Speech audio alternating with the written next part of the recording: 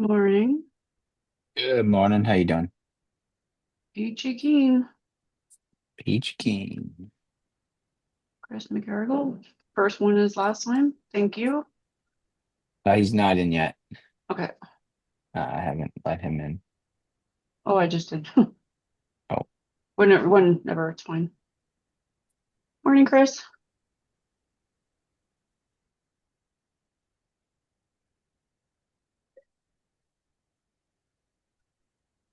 So Dan, we're probably still around 25, 26 attending. yeah, Okay. that was who had registered. Yeah,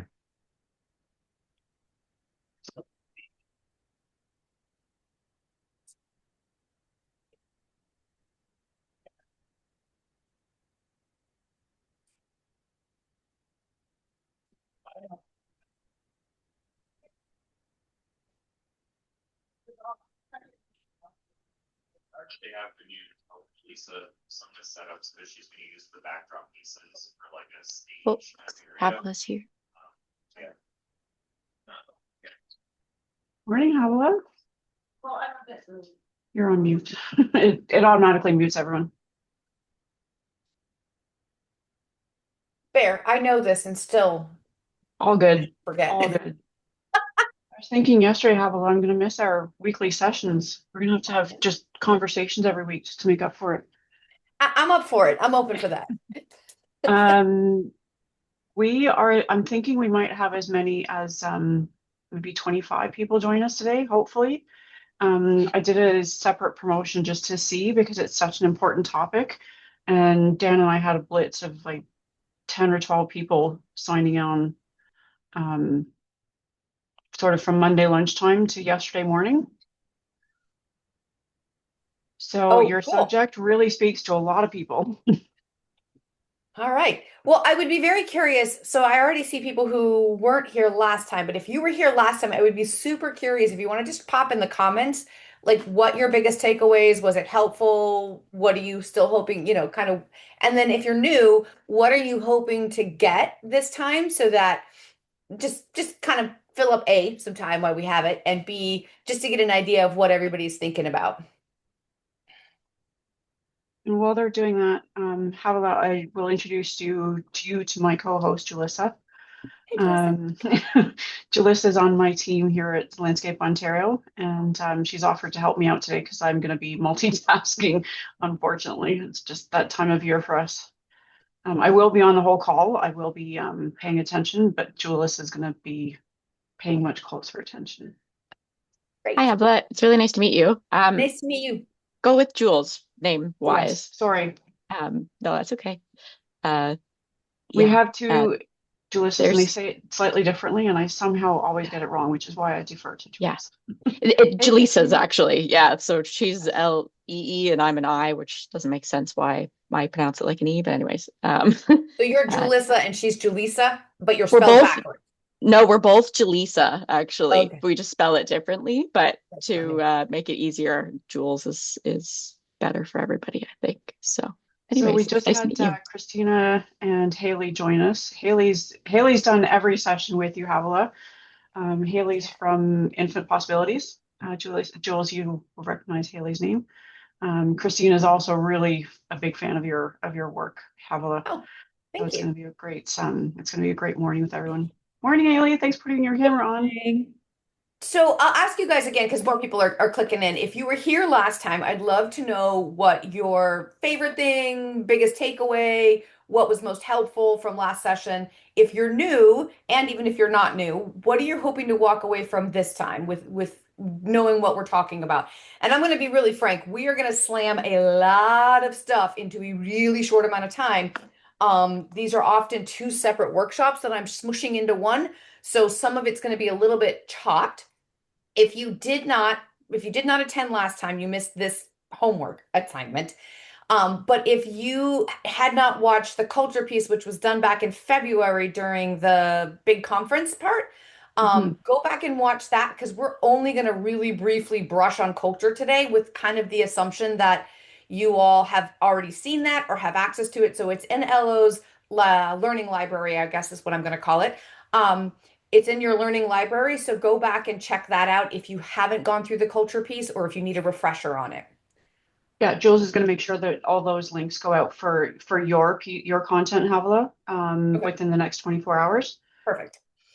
And then the other Um, thing is I have some worksheets. So if you take everything you got from last time and everything you get from this time, you'll have a nice little booklet if you print it all out.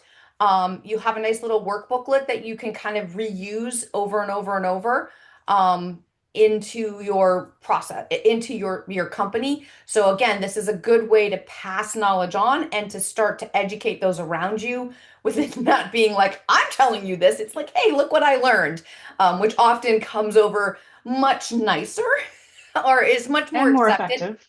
Yeah. I don't know if any of you have teens, but I can say the same thing to my 17 and 21-year-old, and my husband can say it, and then my brother comes in and says it, and it's like, oh, did you know what Uncle Sam told me? I'm like, imagine that.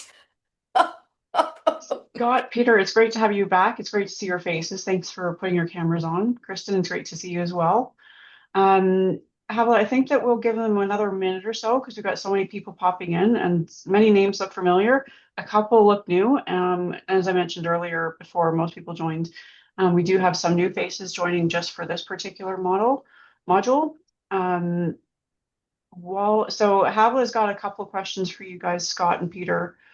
Um, and anybody who just joined, which Havilah can mention in a second. And then if you want to put your slides up and maybe start on, 10:03, 10:04. Yes. Let me see if I can figure this out today. Hang on one second. Here we go. And I Okay. will say that the session is being recorded today because it's got so much interesting content. And as Havilah said, um, I think it'll be really important for you all to be able to go back and look at different pieces because there will be a lot of content going into a short amount of time. If you're interested in hearing more or being able to do this again with spacing out the information, please let me know so I can I can strategize that into the program. Okay. I Over to you, sometimes Havilah. can see you guys and sometimes can't, and I can't see the comments. So, Jules, if you would be watchful in the comments. So a couple things. If you were here last time, nobody's done it yet, but if you were here last time, give me your biggest takeaways, things you found really helpful, something you found confusing. Just give me some feedback so I know what worked and what didn't, and where you want some more information, maybe. Also, what I'd love to know is what you want out of what you're hoping to walk away from with this session. Um, Again, this is material I've done before, but in very different scenarios. So it's always interesting to see how it lands with new audiences. And just want to make sure that we're hitting the things that are important to you all.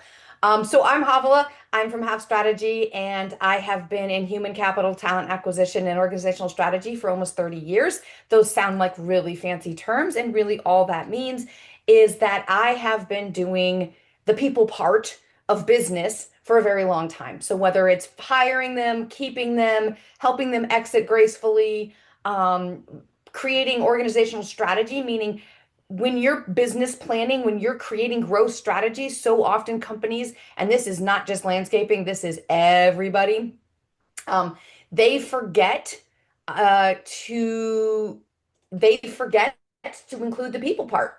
They forget to plan for the people. It's a big surprise. It's like, wait, what? We have all this growth, but we don't actually have the people we need, or we don't have the right people we need. So that's what organizational strategy is it's including your people process in your business strategy, so that they can grow congruently, they can scale together, and that's what I do. So I live in Florida. It is actually cold in Florida, which is why I'm wearing a sweater today, because what the heck? You guys need to come get your weather. It needs to get out of my backyard, please. I was in the pool on Saturday and now we're freezing. Um, Anyways, so that's where I am. I'm a mom. I have two kids, two dogs, a husband. I am building a company with my husband. I grew up in construction. My parents owned a company for 40 plus years. And I have worked just about every industry except medical for recruiting and talent acquisition and human capital management over the last 30 years. So yeah, I've done a lot, seen a lot, and also feel like I've done all the same things. Um, so that's me in a nutshell. What we're going to talk about today is the part that happens after you get the hire. So what I'm really going to do is I'm going to, whoops, hold on, back up. I'm going to do a quick recap of what we covered last time, and it's going to be literally like 90 seconds. Actually, all right, talking of timing, I want to put my timer on because I have a hard stop today because I have back-to-backs today, which is fine. I just need to make sure I give everybody time. So quickly, what we talked about last time was the getting the people. How do you go out and attract them, interview them, hire them, right? And so part of that starts with planning. Before you post a job, before you decide what you're going to hire, you need to really look at where your business is, where your business is going, and what your goals, intentions, and optics are for that year. Do you have a lot of new business coming in? Do you have a lot of retention of customers happening? Are you trying to retain everybody and build new customers? Are you niching down? Are you creating a higher level of service? Are you changing how you deliver your service? So these things need to be looked at before you decide how many people you need to bring into your company. So this is the planning part. You've got a plan for what's ahead. And this is where you sit down and you look at here's organizational strategy. You look at what do we already have? Who's coming back? Who's here year round with us? Who's coming back? And what are our gaps? So then you look at what do you need? What skills? What number of team members? The what, right? The what of everything that you need. Once you understand what you need, now you look at who you need. So who constitutes your teams? Who are your team leaders? Who are your team members? Who are your senior people? And who are the people you need to fill in between those people to create cohesive, functionally aligned teams? Aligned teams work better. It does not mean everybody is the same. Actually, it means exactly the opposite of that. You don't want a whole group of a whole bunch of people who want to be leaders. You want leaders and workers mixed together. Not every worker needs the same kind of leader. So you need to look at what your leaders look like, what your team groups look like, what your team supervisors look like, what your managers look like, and determine who is going to best fit with them. So now you have the what and the who. And then we go to when. When do you need to actually have these boots on the ground, ready to go, chainsaw, lawnmower in hand, out the door? Then you use that date and you back up your hiring process. How long does it take you to reach that number of people ready to go? And that's when you start actively recruiting. We talked a little bit about the difference between active and passive recruiting. A lot of people think recruiting is what we call in the recruiting industry passive recruiting. You post and pray.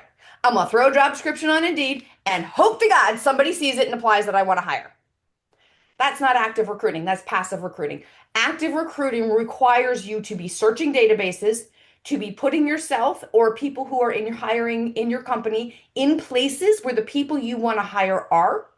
And it requires building relationships throughout the industry so that when you're ready to hire skilled labor, when you're ready to hire management, if you don't have that person internally that you can promote, because that's always choice number one, for choice number two, if you got to go hire it, having those relationships in place makes that hiring and that poaching, for lack of a better word, a whole lot easier.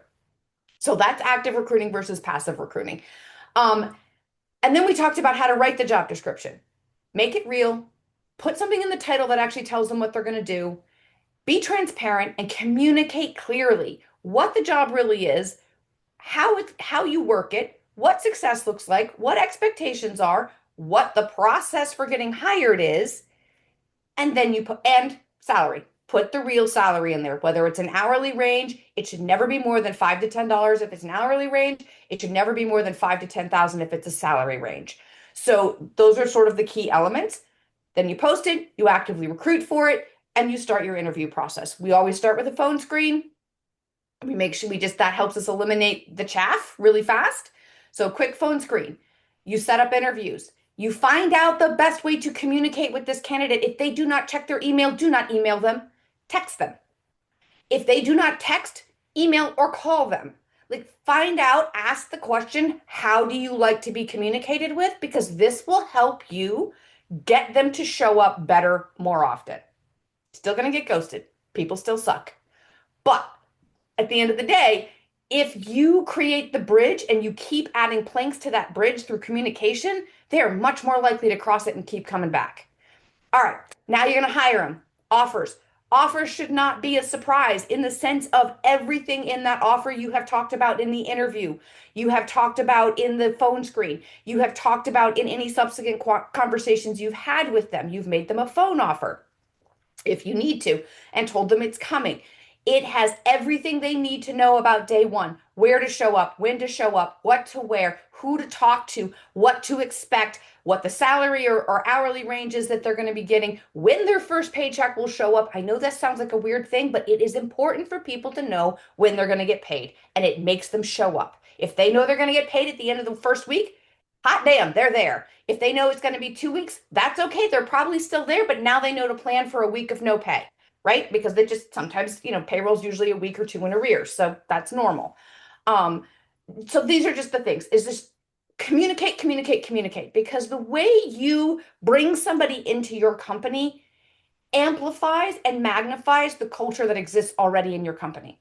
So if your hiring process is a mess, chances are your company is a mess.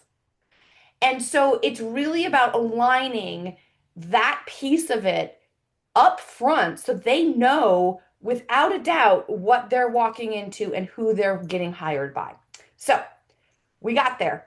We did the interviews. We asked all the important open-ended questions. We got them to talk about themselves. We still have people who will ghost us. It's fine. It happens, but it should be less if we're doing the steps correctly. Fantastic. We got yeses. Woohoo! Phew. Really? The work has only just begun. That was the easy part. Shockingly, horribly, the easy part.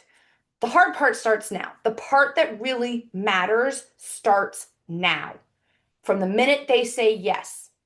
Now, the time is ticking. The clock is ticking. You need them to show up day one. Quick show of hands. Just give me a thumbs up or a hands up in the comments. How many of you have had people say yes to offers and not show up for the job on day one? No call, just ghost, just disappear, just not even show up. Yeah. Good number of people. I can't see the comments. Sorry, let me see. Oh yeah, I see the comment number going up. Yeah. So this happens. So what you do between when they say yes and that first day will determine how likely they are to show up for that first day. So they got the offer. They came back and said, yep, I'm going to take the offer. I love it. It's great. It sounds like exactly what I'm looking for, or whatever. It's a job. I need it. It sounds great. It's good enough.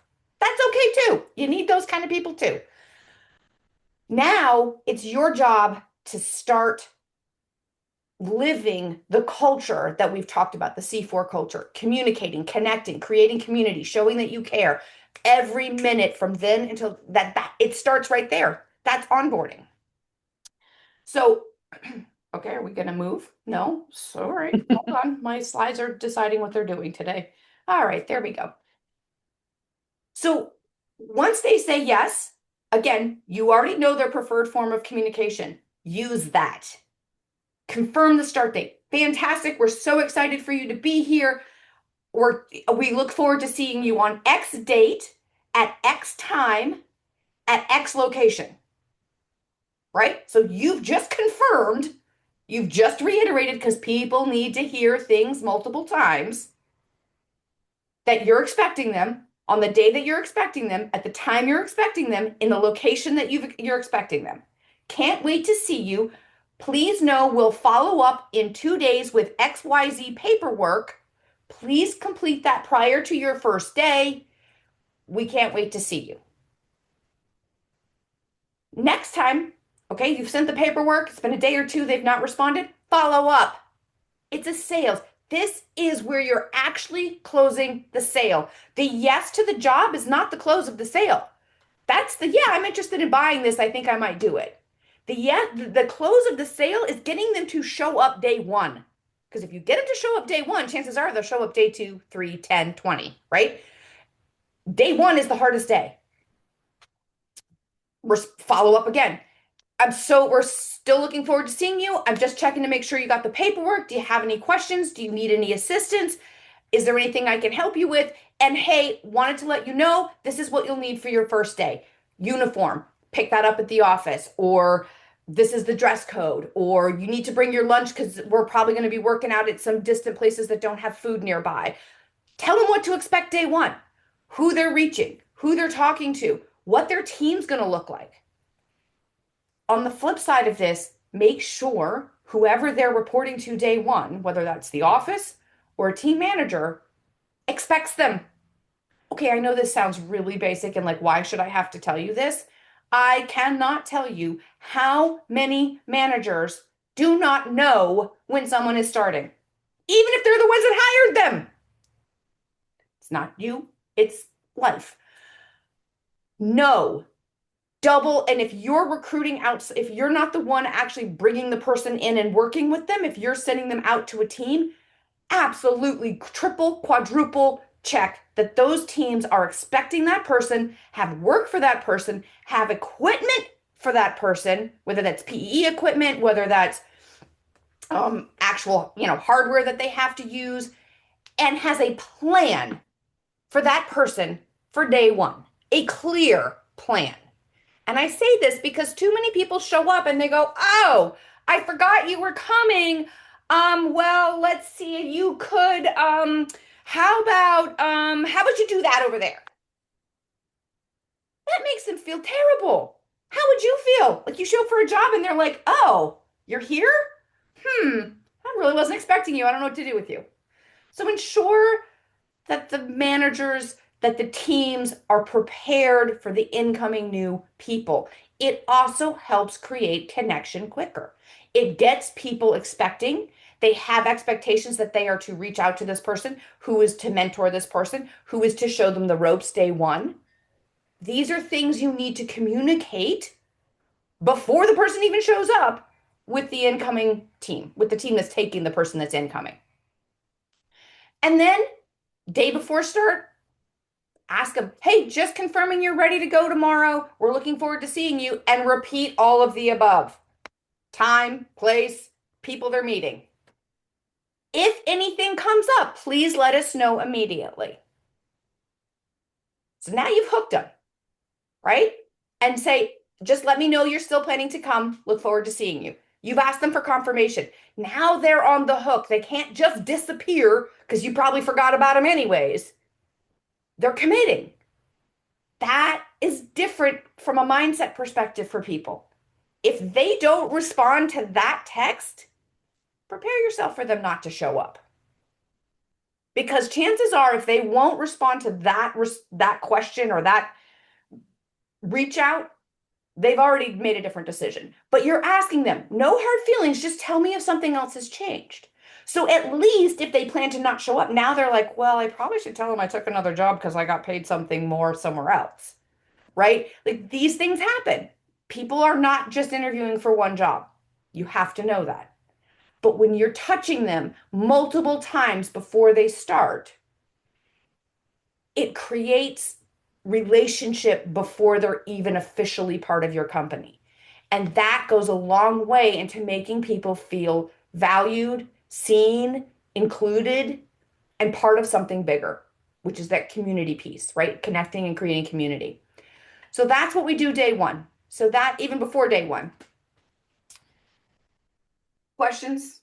Thoughts? Please stop. You're talking too fast or too loud. Let me know.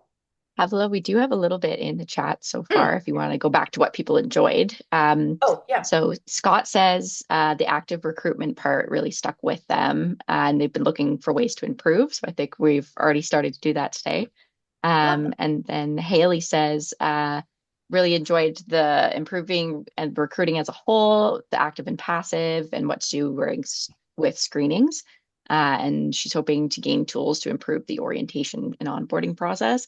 And then she followed up and saying they've had 3 people in the last month accept an offer and then back out of the job within a week before their start date. Brutal. And Scott said something happened to them as well. So it sounds like this is timely. Yeah. So my question there would be, and you don't have to answer per se, this is more a little bit rhetorical.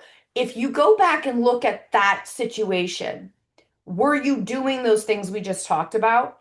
And do you know why they bailed? Because knowing why will help you, kind of bridge the gap of what's happening. There's a reason. And if it's happening more than once or twice or occasionally, if it's happening fairly consistently, there's a disconnect somewhere. that you need to take a good look at? Haley, you unmuted. Um, only one instance was uh they took a job that was higher paying. The other two were personal reasons. Okay. We've also had people that were like committed to coming back this season. Just in the last few days, tell us, and we start our spring training on Friday, tell us that they're now not coming back this season. Did you have a quick chat with them about why? Did you have like what we would call an exit interview? Yeah, we tried, and like the one that just happened yesterday was this just isn't what they want to do. They don't have another job lined up. They don't know what next steps look like for them. It's just not what they want to do moving forward. There's not So much you can I do would there. take that as personal reasons. It's Yeah, that's hard for unfortunately, us it's though going to to take happen. that and do Yeah, I something. mean, go Like, ahead. what do we do with that? You can't do anything with that. And I wish I could tell you there was a magic bullet for it or a magic solution or some, absolute ironclad process that would fix this every single time. You can't change people, right? And you're in an industry that requires a lot from somebody in a physical sense, right? It is a demanding job. Yeah. People think there's better. People always think there's something better out there, something more interesting, particularly the 20 to 30 age range. They hit adulthood and they're like, this is it. This is all I get. This is boring. Like there's got to be more. Like I can't, can't be what I want to do. That was Yeah. me. I mean, I cannot tell you how many times I left talent acquisition, recruiting, human capital management thinking, I didn't plan to do this in my career. I need to do something else. 6 times. Ladies and gentlemen, I left this career 6 times. And every single time I got pulled back into it because at the end of the day, this is made for me. I didn't mean to find it. I didn't know it existed as a job. I was like, when I first got a recruiting job, I was like, you're going to pay me what to do what? This is a real job? For real. Like, you're not pulling, like, this isn't a scam, is it? Like, I had no idea it was a job that existed, right? But there was also that point between 25 and 30 where you're like, this is all there is to life. You work, you eat, you sleep, maybe you have a few friends and a spouse, but like, this is it?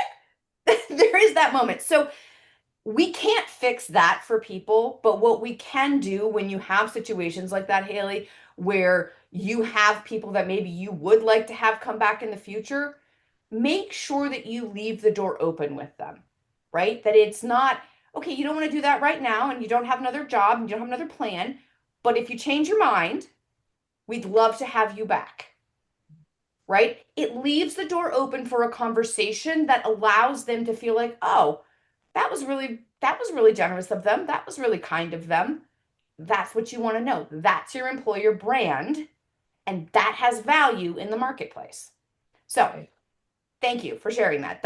And again, I wish I could tell you there was a bulletproof way to fix this. There's just not. There's just not. It happens in every industry. And like I said before, I've seen it in jobs that were paying people 120, 180, $200,000. They decide they just don't want to show up for it. They decide it's not the right job for them. They just disappear and nobody knows why. Like it happens in every single industry. So it is what it is. I will make one quick comment about process and then we'll move on to the difference between orientation and onboarding. And I have a worksheet for this. Process should be scaffolding, it should be structure, it should be helpful and scalable. It should never be rigid and absolute. So I often see people say, well, this is the process. Well, not every situation is going to work for the process. So your process needs to be flexible. It needs to be adaptable.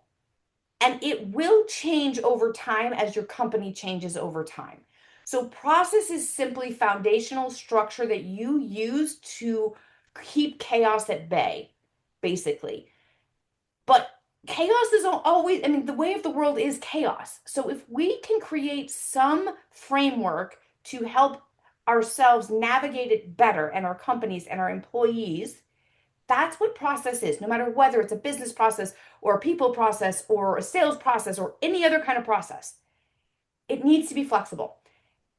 And I would say right now, if you're not really sure how to write process or how to create flexible process or whatever, I was just having this conversation with my brother last night about AI.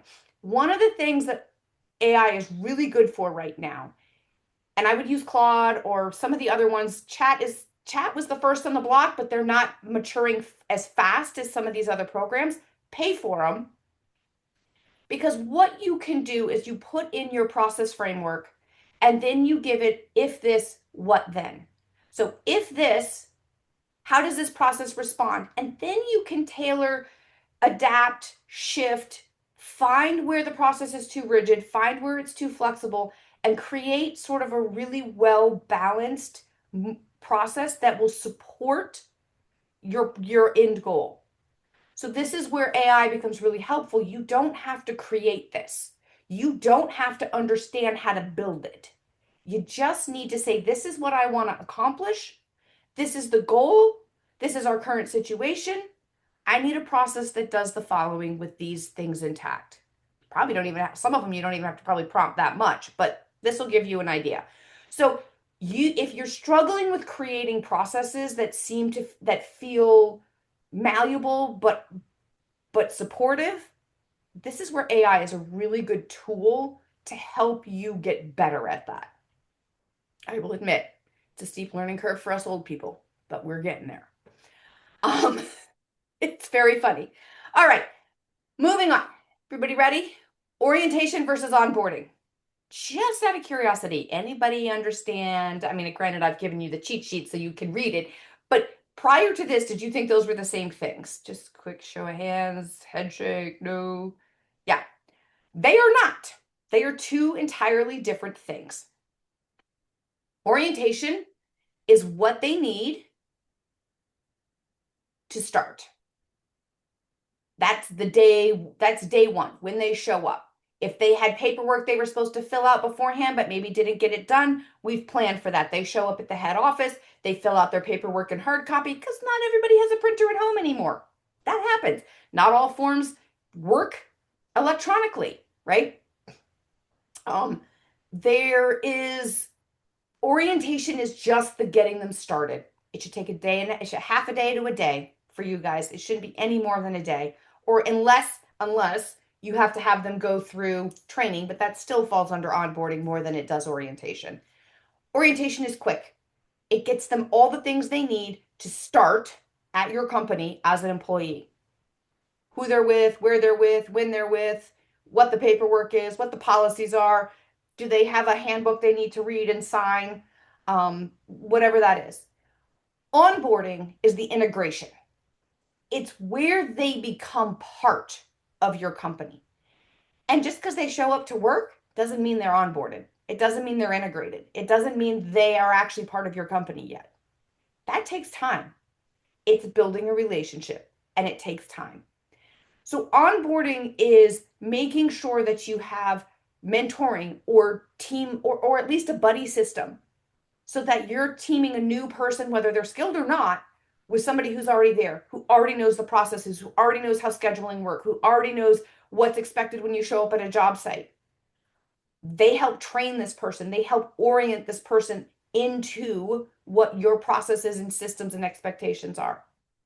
None of it's new. You've talked about it with them, but the doing is very different. And having a buddy who you can ask questions to, or having a mentor you can ask questions to, that doesn't require feeling like you're failing, it's encouraged, you're going to have better work faster. You're going to have people who feel more included in the system faster, and you're going to get work done better, quicker. Mentoring, there's two kind of parts of this. You're going to always have those workers who are just going to be workers, and that's okay. As long as that's what they think is their career path and they're okay with that career path. And then you're going to have the people that you need to be mentoring into those leadership positions so that you don't have to go out and try and grab them out of somebody else's company. You're growing them at home so that it becomes easier and they're more invested in the success of the company because you've invested in them. So mentoring is taking your senior people, your leaders, and putting them with people that you see having capabilities to get to that next level that you want to nurture. And do more than you think you need to, because a lot of them will leave. So you always want to have a much deeper pool than you think you need. If you think you're going to need to replace 3 leaders in the next 3 years, have a pool of 10, and you will end up with 3 leaders that you can promote. Career path. Again, this starts in the job description. It's talked about in the interview. It's dealt with during the onboarding process. What is a career path at your company? Is there a career path at your company? Because that's going to help people stay. If they see where they can go and what happens when they stay, they're more likely to stay if it's what they want, if it's aligned with their goals in life.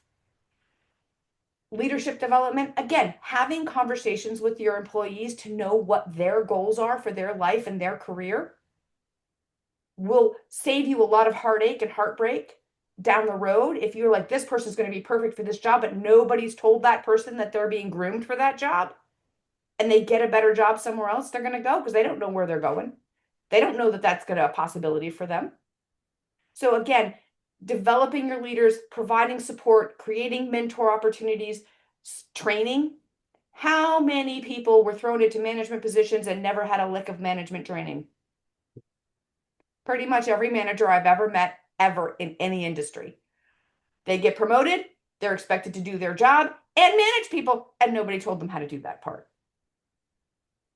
Well, you're supposed to be doing all these reports. Well, I didn't know those reports existed, but thanks for telling me now, right? So train them, tell them, show them. Those are the differences. So onboarding really could be between 60 and 180 days, depending upon the worker, the season, if they're seasonal or year round, if they're a reoccurring seasonal, or if they're a new seasonal. So for you guys, there's a few more variables, but it doesn't change the basics of onboarding. Onboarding is investing in this asset that you have acquired. I know it's terrible to talk about people like assets, but that's what we are. In a company, we are the most expensive asset that you have. They will cost you the most in every sense of the word. If they stay, they're the most expensive thing you have. If they leave, they're the most expensive thing you lose. So investing strategically, intentionally, makes a huge difference in the outcome of the people you retain. Okay. Anybody have questions? Anybody's head ready to explode? I just wanted to make a comment when you're looking at career path and development is not everybody's going to get there. So just being clear and what the expectations don't Yes. set unclear or unrealistic expectations. For example, we have a lot of young managers that are very stable and set, and I don't expect there would be any openings in our management for a long time. So I'm very clear when I'm talking to people about, team member, assistant lead, team lead, that's probably where it's going to stop for now because I don't see any openings in our management team after that. But I'm also clear to explain that all of those managers have been promoted from within. So we do, but I just want to be realistic about timeline. Yes. And that alone, that clarity alone helps people understand, does this align with my goals in life or do I need to wait? And we're going to talk a little more about that, Scott. So thanks for bringing that up. In a few minutes, we're going to talk a little more about clarity of timeline when you're talking about expectation. We're going to talk about what's called key performance indicators. KPIs, these are what you measure success by, and they can be a variety of things. There is no set in stone KPI. They just need to be measurable without being like, well, you make me feel, or I think. They need to be measurable metrics that everybody can see and say, I've met it or I haven't met it, or I've met it, but I need to finish this. So KPIs are part of what you talk about when you do that. So we're gonna get there. Oh, let me do this. I'm so sorry. Hang on one second. I have to get out of this view. I have a handout for you guys. Here we go. Let me give you this before I forget. Copy link. Actually, let me do this first. I'm so sorry. I meant to have this. I had it up and then forgot to actually send it to you. New updating. Okay, copy link. Okay, I'm going to drop in the comments really quickly a check sheet for, where did my thing go? Okay, Zoom is being really weird. Every time I've touched my keyboard or bumped, there we go. It's shown up, and then the second I need it, it disappears. Okay, again, this is a Google Doc. Make a copy of it because it's view only right now. Make a copy of it, and then you'll be able to print it, use it, do whatever you want, add things to it, take things away. But this is sort of my cheat sheet. It's pretty simple. It's pretty basic. So add what you need to, take away what you don't need. But it gives you a checklist of what your onboarding is versus your orientation. Oh, goodness gracious. There we go. Orientation. And then with onboarding, the only last thing I will say is that you want to have pre-scheduled check-ins with your new employees. So whether that's their team supervisor, a manager, whether it's the owner, whoever is the person that they need to be checked in by to feel like they're being like, oh, I'm important. Somebody's checking on me. There's no, it's a quick conversation to sort of head off any issues, congratulate them on quick progress, show them that you're still paying attention and that they're important. So you pre-schedule them. They could be 6 weeks, they could be 30 days, they could be however, but you want 3 or 4 of those in the first 90 days so that people aren't bottling up problems, or I had a question but I didn't know who to ask and this is the problem now. So that's one thing I would say too, is make sure that you have those things, those pre-scheduled, oh gracious me, sorry, those pre-scheduled meetings for onboarding. All right, we're going to shift gears a little bit. I'm going to take a quick breath. We're going to shift gears and we're going to talk a little bit about why people leave and then what to do to sort of not prevent that, but to help shift some of those reasons. Some of them are very curable. Some of them are just not. I will never tell you this is ever going to be easy or that it's ever going to be perfect or that everybody will always be exactly what we want them to be because, well, people, they just aren't. But if we have the things in place that we need to have in place that allow us to show up consistently, we can forestall some of this or head it off before it becomes a real problem. So we're going to talk about why people leave. The top 3 reasons people leave a job are work environment, career growth, work-life balance, and money. Now, I put money third there because money traditionally shows up third in this list. It almost never, in the 30 years I've been looking at this statistic, ever gets higher than 3. Everybody's like, well, money's the first reason people leave. Money's an easy reason people leave, but it is not the reason they go out there looking for a new job. Mostly, statistically. There will always be some. But statistically, over multiple industries, according to SHRM, which is the something HR Association of America. Society. Thank you. Society of HR Professionals of America. And this has been 30 years I've been looking at the statistic. It has never changed. People leave because the work environment is not something that they feel good about. And we have a generation right now in the workforce, actually 2 of them, the 2 lower level generations, the millennials and the Gen Zers, do a lot on feelings. Feelings drive 90% of their decisions.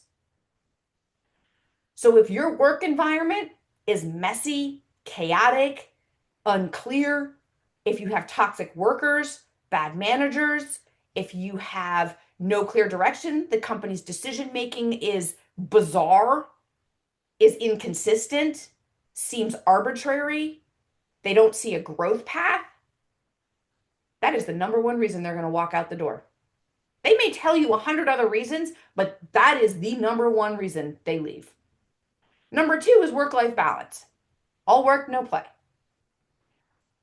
Again, our younger two generations, so we have 5 generations in the workplace right now. It's a little bizarre, it's a little chaotic, and it creates a lot of tension and conflict. The millennials have the millennials are considered a split generation, which is how we get the 5 and not the 4. The millennials are a split generation. I'll just go into a tiny bit of this for 5 seconds, because the older millennials relate more to Gen Zers and the younger millennials relate more to Gen Xers, and the youngers to Gen Zers. The millennials themselves, the older generation of millennials, or the older millennials and the younger millennials, they hate each other the most. They hate each other more than anybody else.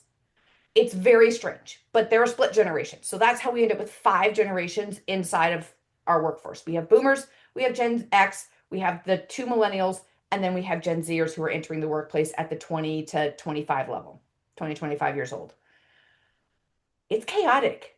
It's confusing for everybody. And Gen Z came of age in the middle of COVID. A lot of them didn't get high school experiences. A lot of them got disrupted college experiences. And they've never recovered. They have not recovered.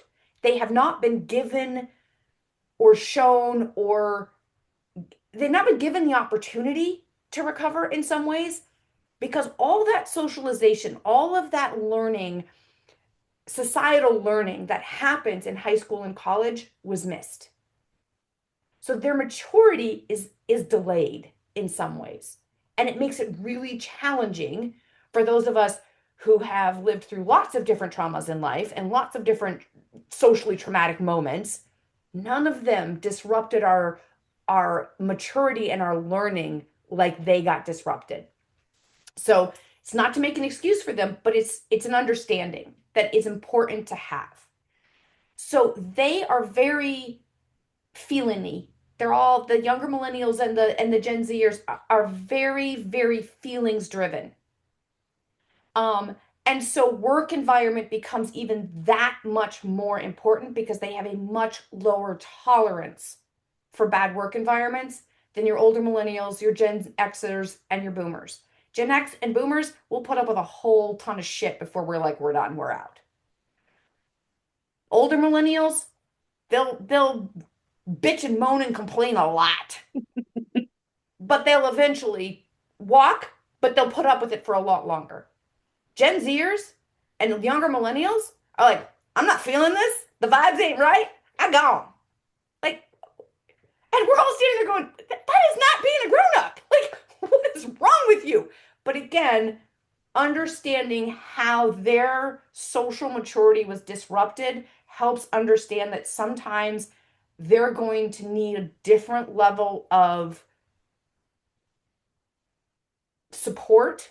And I don't mean that you coddle them. I don't mean that there aren't consequences for behavior. I don't mean that we give them too many breaks or excuses.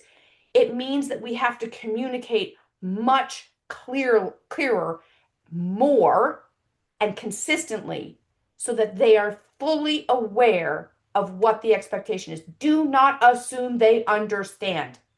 Verify they understand. That is so critical. I see this with my own kids. I mean, I have 2 Gen Zers. One is 21, one is 17. Things that I assume they should know because, well, they've been rules in my house forever, and they're how I raised them, and they are what I would expect them to be experiencing in society right now, are not understood at an assumption. And when they're clarified, when they're explained, and when they're made explicit, I watch the little light bulb go off like, oh, well, I'm not going to admit that I got that wrong, but ooh, okay, right? Like, it's very interesting. They are not a generation who takes correction well. Again, we as parents failed them, but we now as employers have to deal with it. They don't like correction. Setting up how you will give feedback, positive and negative, before you have to give them feedback, will help create more acceptance of that critiques, corrections, criticisms, not being mean, but being constructive. Giving them examples before it happens to them primes them for accepting it with a lot less defensiveness. I know, as an employer, you're like, are you freaking kidding me? I need to be able to tell you you're doing that wrong and that you should just be able to move on and let it go. These kids can't. You have insulted them. You have told them they're wrong. You have told them they're doing it incorrectly. You've embarrassed them in their mind. So this is why work environment becomes such a critical conversation, and why we're going to talk here in the next slide about culture becomes imperative that communication is abundant, consistent, constant, because then they know what to expect and it doesn't surprise them. It might still wound them slightly, but if they're not surprised on top of being slightly wounded, they're going to respond much better. So the other piece of this is coworkers. If you have a negative Nelly in your group who might be a great producer, but is a misery to work with, they're costing you people. They're costing you clients. They're costing you peace, yours probably, because everybody complains about them. Nobody wants to work with them. Toxic employees, outside of bad managers, are the reason people leave. So knowing how to create a work environment that's safe, because obviously you guys have a safety aspect to all of this, right? You all have to be able to tell somebody quickly, hey, that's not safe. You need to stop. This is how we do it instead. And you need them to respond immediately for safety's sake, right? Like there is some aspect of that. Priming them for, if we see a safety violation, this is how it will happen. Because then they know, if they hear that they're not in trouble, that you're protecting them. Do you see the mindset shift there? Like that's really important for them to be protected. Oh, I screwed that up. I'm sorry. Thanks for telling me. Now, they will probably never say that, but they won't go, well, fuck you, I'm out of here. Right?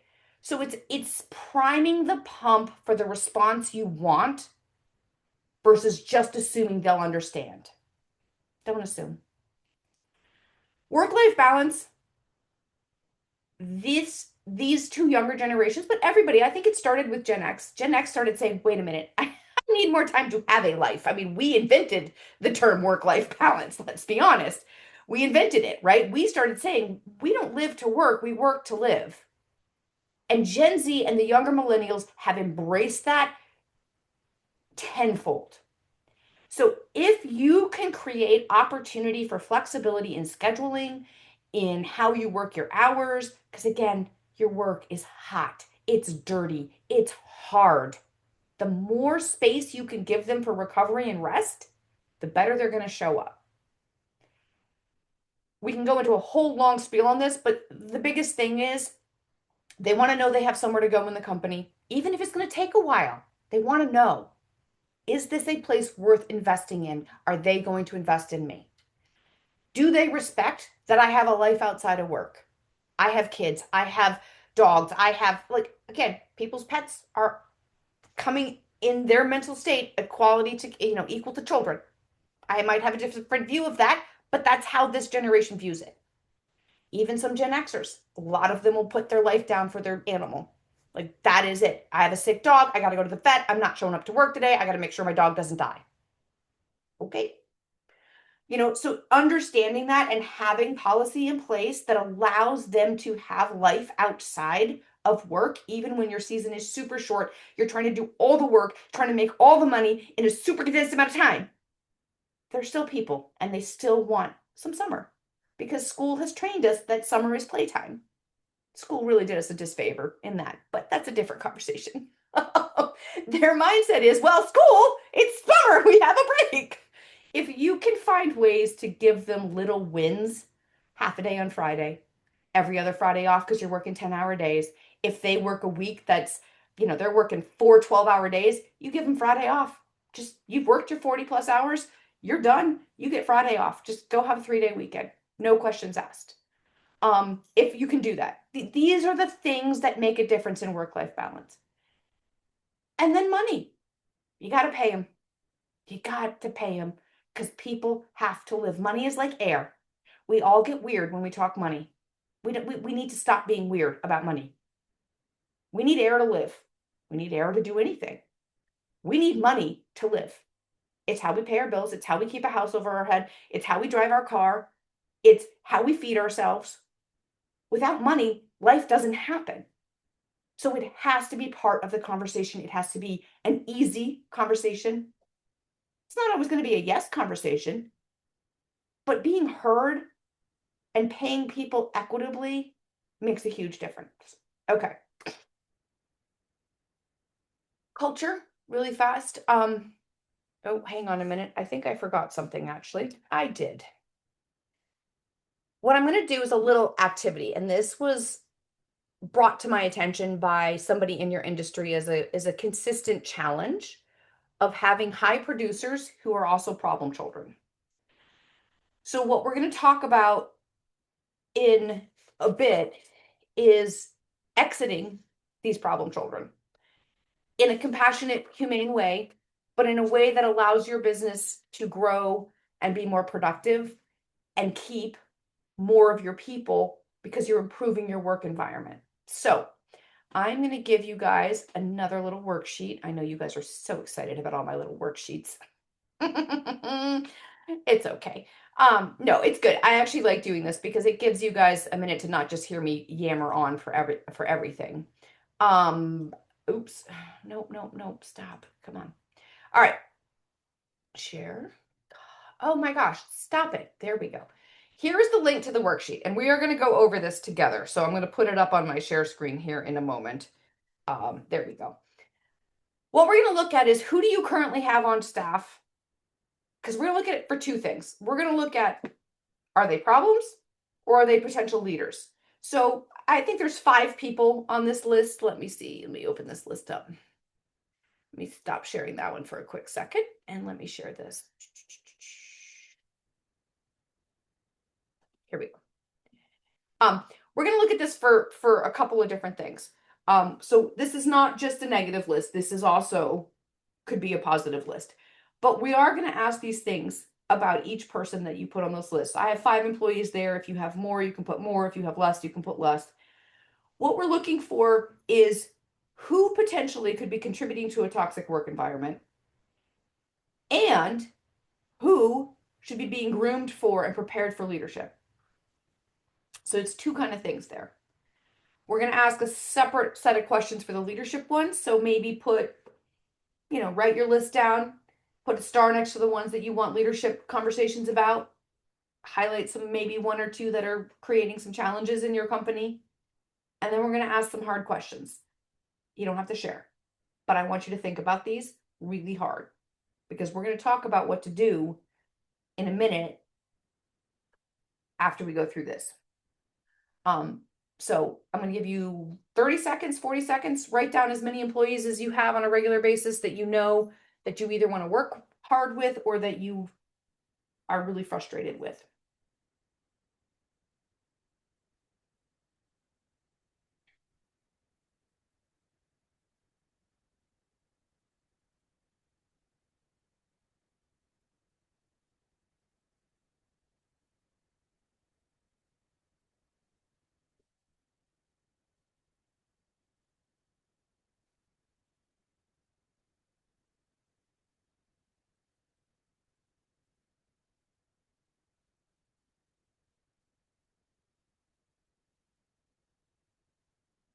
All right, 30 more seconds.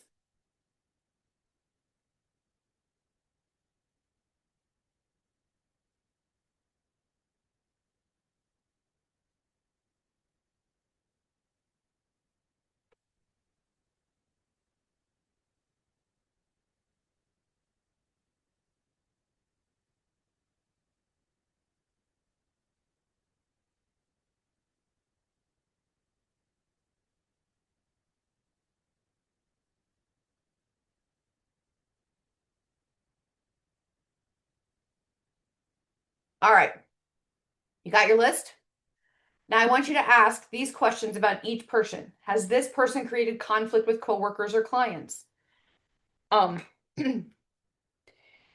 they a senior person who does less than their entry level folks? Are they a it's not my job person? Do they pawn off their work on their new team members and say, well, this is how you learn without giving any instruction or support? They refuse to train or share knowledge with entry level or new staff. They hoard it. They're not being team members. They're being kind of twats. Let's be honest. They complain and are super negative when asked to mentor or work with other people. They have nothing negative. They have nothing but negative things to say about the company.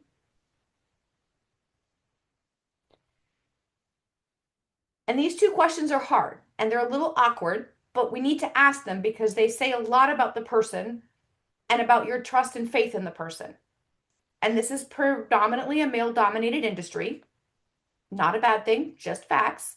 Again, hard physical labor. It lends itself to being a male-dominated industry, and that's okay.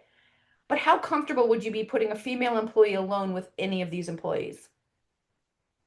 And would you trust them to lead a team? If no, why not? If yes, put a star next to them.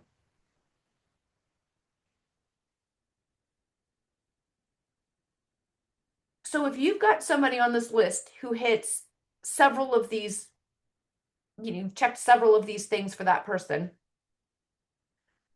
there's a couple of questions we need to ask.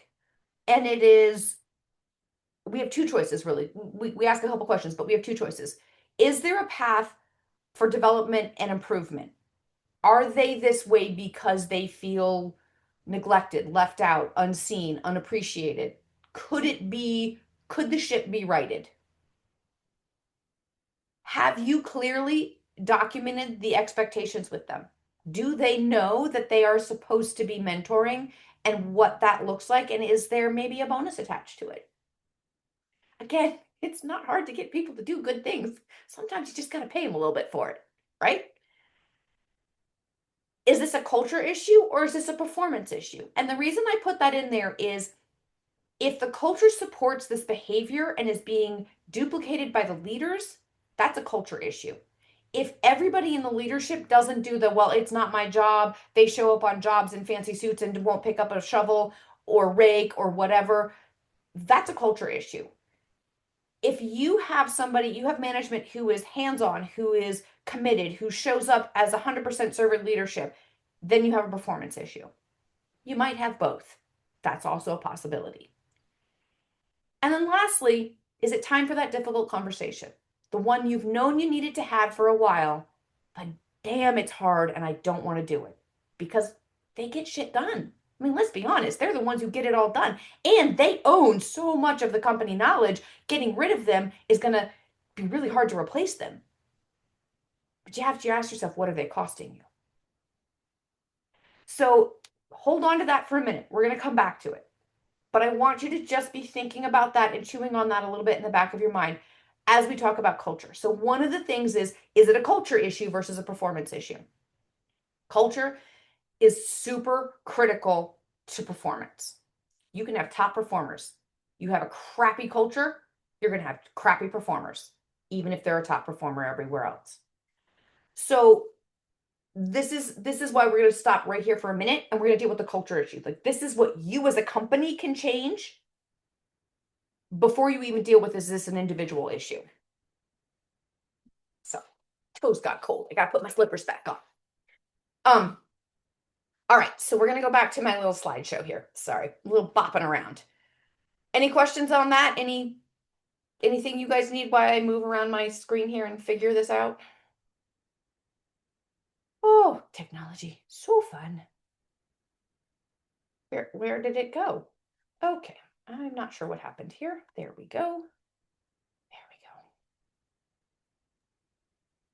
go.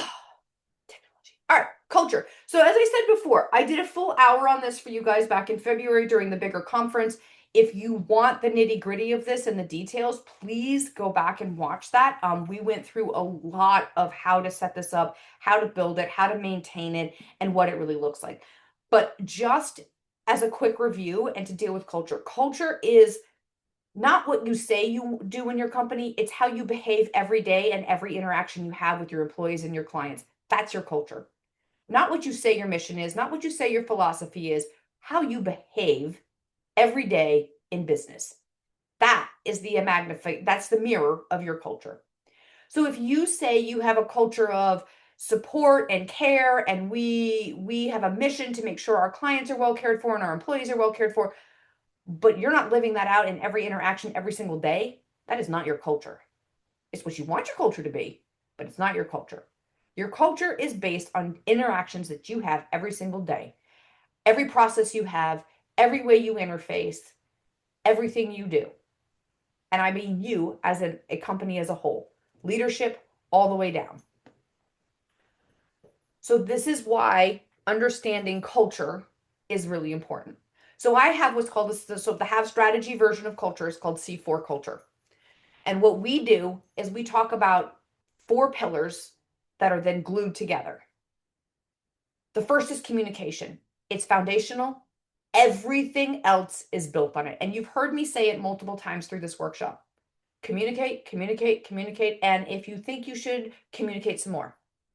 Communication is what builds trust. It's what builds relationships. It's what makes people feel seen and heard and valued. It's how you communicate hard times with everybody. You don't hide that your company is struggling right now. You don't have to give them the nitty-gritty details, but you be transparent. Because if people understand their struggle, they're more willing to help. People want to help. It's funny. You just look at the social fundraising in the last 5 years, particularly, that's happened. People will give money to perfect strangers because they communicate a story that strikes a nerve. Never in the history of ever has fundraising been a social activity, and people ask for things that are insane and people give it. So why is it different in business? Why do we hide the good or the bad? We've had a really rough couple months. We've had nothing but rain. Nobody's been able to work. We're not being able to bill. We know this really sucks. We're working really hard to figure out how to fix it with you guys. Bear with us. We're working on it. Communicate the bad. Communicate the good. Hey, we've had 5 excellent months. We have 6 new clients. Everybody's doing such a great job. Our clients are giving us really positive feedback about our teams. Everybody's going to get a $200 spot bonus. Yeah, it might cost you $10,000, but you know what? That's $100, $200 in everybody's pocket, and all of a sudden they're like, well, hot damn, I'm staying. These people appreciate the work we do. That's a lot of money saved. If you consider it can take $20,000 to $40,000 to replace a single person. $10K is not a whole lot to invest in your staff to keep them. So this is the kind of thing that gets down into the care part. But communicate transparently, frequently, consistently, clearly. Communicate expectations. Communicate what success looks like. Communicate what failure looks like if you are not doing. Communicate KPIs, those key performance indicators. Communicate it all. And if you think, well, I've told them 5 times what our mission and vision is, tell them 5 more times. Because if you're the owner, you care more than anybody else will. And you can't make them care more, but you can get them to invest more. More of their time, more of their energy, more of their interest. If you communicate and they feel like they get heard. So communicate. And then create channels of communication back into the company from the field. How do they get to communicate with you? Connection. It needs to go up and down, and it needs to go side to side. They need to feel connected to the management. They need to feel connected to everybody in the field. They need to feel connected to their peers and everybody under their peers. They need to feel like their position in the company, in this world, in their job matters. They need to be connected to the work. They need to be connected to your mission. They need to be connected to each other and to you and to the management and to everybody else. Connection helps people feel part of something bigger. And that's where community comes in. They feel included. They feel like even though they're different than maybe half their coworkers, they're still part of the group. It's it's connecting inside and connecting with the greater community. It's giving people the sense of being part of something bigger. That's a Maslow law, right? Like people need to feel like they are part of something bigger, that they have purpose outside of their basic needs. And when they have a job that's paying them enough, a lot of those other hierarchy needs are getting checked off. And now you're giving them a lower, what they call a higher need category that's more at the conscious level versus at the subconscious level, right? That's important. And then some care. Care is not about, I mean, benefits and perks are awesome. They're important. They do help people feel appreciated, but they're not what care really is. Care is knowing that they can come communicate to you when they're having a crisis at home and need a day off to deal with it. I have a friend who had an 8-year-old, who was suicidal.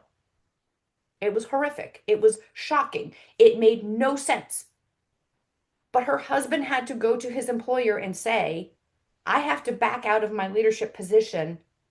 I need to go work, and he was a police officer. I need to go work in the property room for the next 6 months so I can be home every day when she comes home from school. You want your employees to be able to tell you this. Because if they just stop showing up or they start leaving early and they haven't communicated what's happening, well, that's just going to piss everybody off.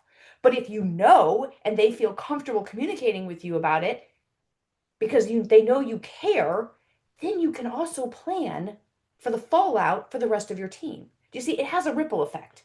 If you care for this employee, you care for the people downstream of that result. It's consistency, it's flexibility, it's feeling empowered, it's whole person approach, it's feelings, because we have a lot of people with feelings in the workplace right now. And then consistency with glued it all together. Do it every day, every interaction, every decision, every conversation, everything. Consistently. Those 4 things. That's culture. Okay? So if your company is struggling with any part of this, before you start whacking people out of your employment, particularly people who've been there a while and have a lot of corporate knowledge, do a health check on your company's culture. Make corrections there first. See if that changes performance behavior. If it doesn't, or you just don't feel like there's a way to redeem it, then it's time for that hard conversation. Okay. Did I lose anybody? Are we asleep? Do we need to stand up? It's been an hour.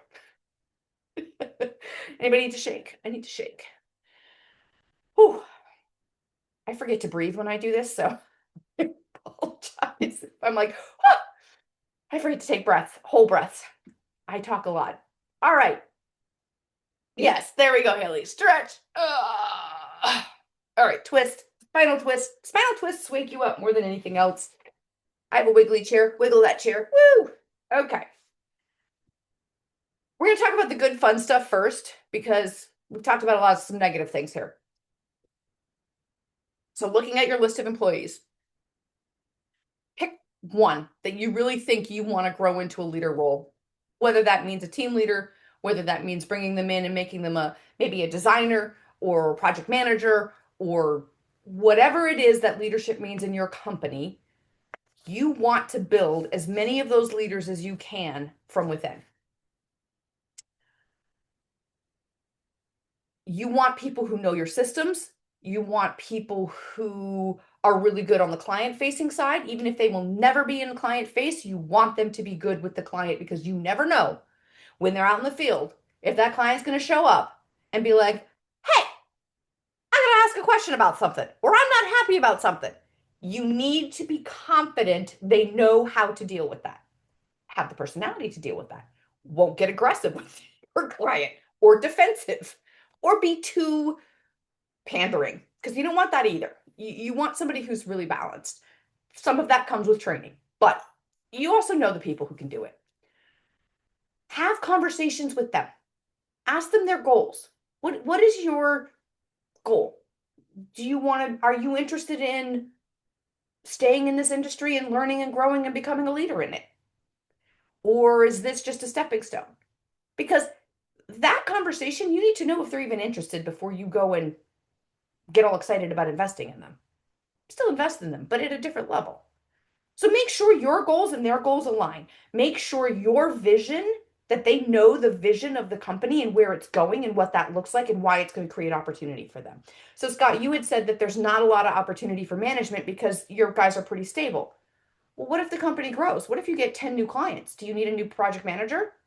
Great, you better have some people ready to go, because otherwise you got to go out and try and take one from somebody else who doesn't know your processes, doesn't know your systems, doesn't know your clients, doesn't know how you show up and what your philosophies and vision and mission is, right?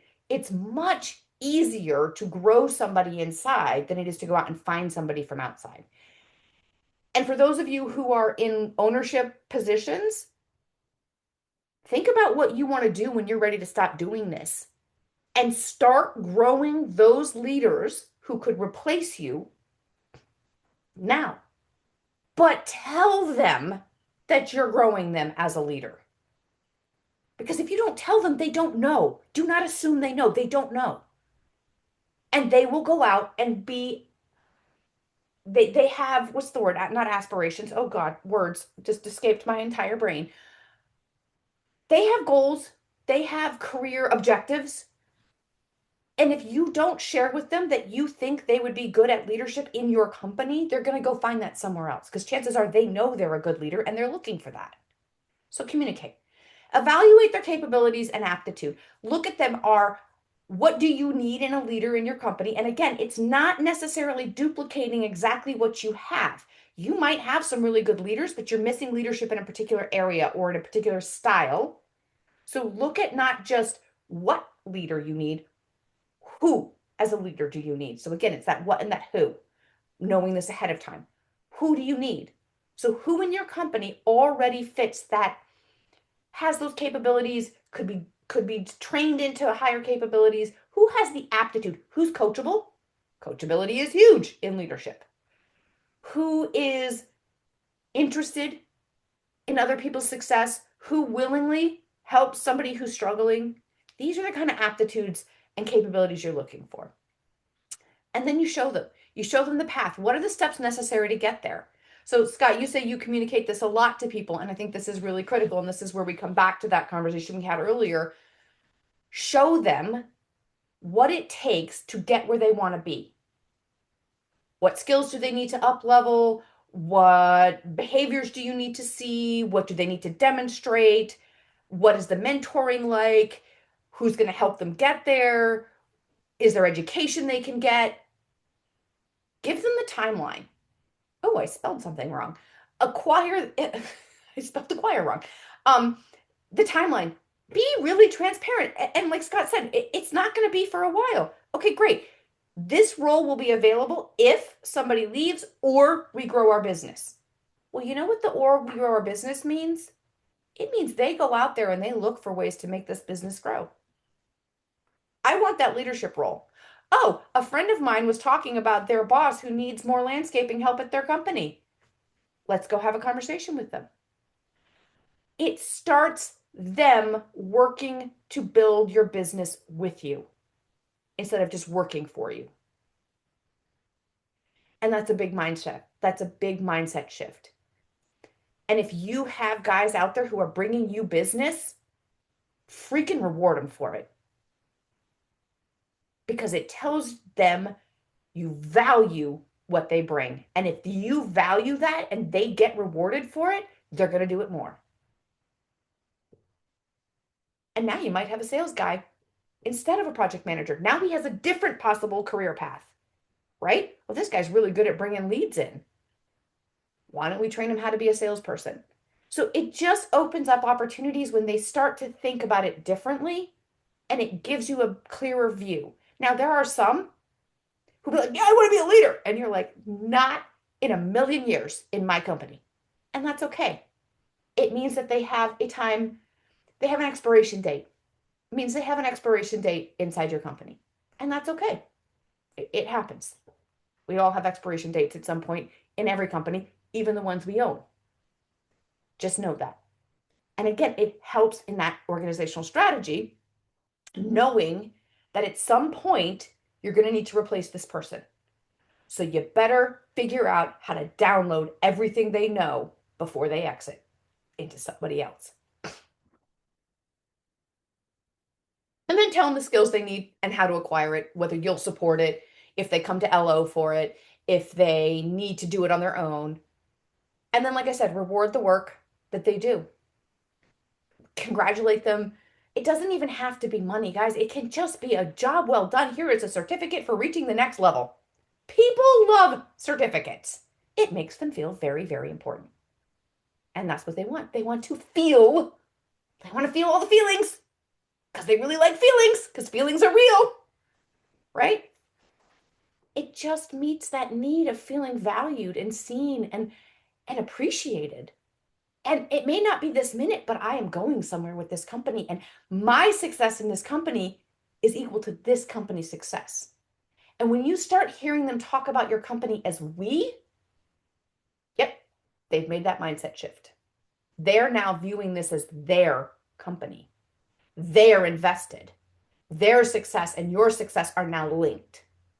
And that's what you really want. And then you set expectations for every level and every milestone. So if you've got an entry-level person coming in at 24 years old, they got a couple certificates and they think they're going to be a manager by 27, be real, be blunt, blunt AF. Because I guarantee you're probably the only person who's telling them the truth. Everybody else is like, oh yeah, it's possible, and we'll see. Because they want them to start. They want a hot body. But you tell them straight out of the gate, I love that ambition. That's the word I was looking for, ambition. I love that ambition. I love the aggressiveness of it. Let me just be totally frank with you. Don't use honest. Use frank. That's not the reality of how this progression works. Here or really anywhere else. And if anybody else tells you otherwise, they are lying to you or they're a disaster and you don't want anything to do with it because they're setting you up to fail. You need to accomplish X, Y, Z to get to MPQ. And if you get to Q, you're going to need to do X, Y, Z again. And that takes this amount of time before we can even talk about leadership. Oh, well, that's a shitty reality check, but thanks, because nobody else has told me that. Right? Again, it's just being so abundantly clear about all of it makes an enormous difference. And then we're back to communication. Communicate this over and over and over and over and over and over and over. And if you think we're done, we're not. We're going to do it 10 more times. They need to remember, and humans have a really difficult habit of what's called the law of immediacy. If I have not heard it, seen it, or done it in the last 3 months, I have completely forgotten it. And this is true of everybody. If you ever do end of the year or goal setting or anything like that, you've experienced this where people go, think back to the beginning of the year. And you're like, oh, that was a really long time ago. And I'm not even sure I remember last month, much less 11 months ago.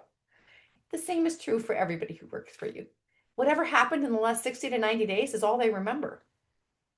They could have had the best first half of the year, but if they have had a shitty 60 to 90 days, they're only going to remember the shitty 60 to 90 days. They're not going to remember anything that happened before that. It's just human nature. Plus, we have a negativity bias, right? We are naturally negative. We naturally focus on what's wrong, what's not happening, what we're not getting, what we're not doing, what feels unfair. And I think, what is it? Leah Hermosi says this. She's like, you didn't have a bad day. You had 15 bad minutes and you've allowed it to be your entire day, right? But it's the law of immediacy and it is the negativity bias that we all hold. It's not a criticism. It's just the facts of humanity.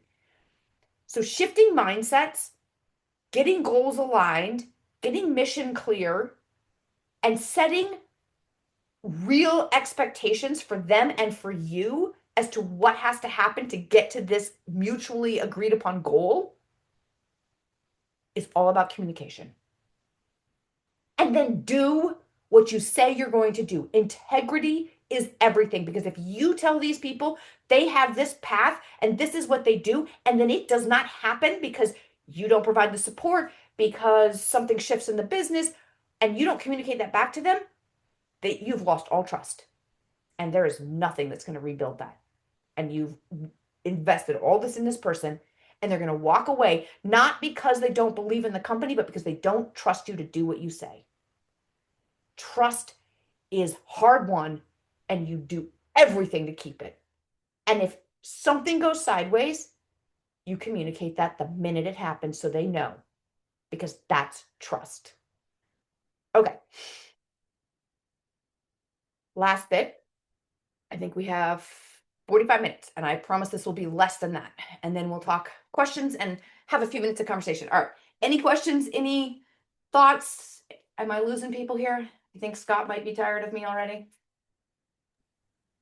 You can only see like 4 of you, so that's why you keep getting picked on, because I only see 4 of you. Scott happens to be one I can see.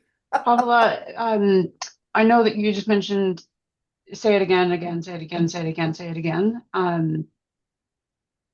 I've read that you need to repeat something 12 times for human brains, especially nowadays, to remember it. So while it sounds like it's redundant when we're sitting here in this workshop, it's not.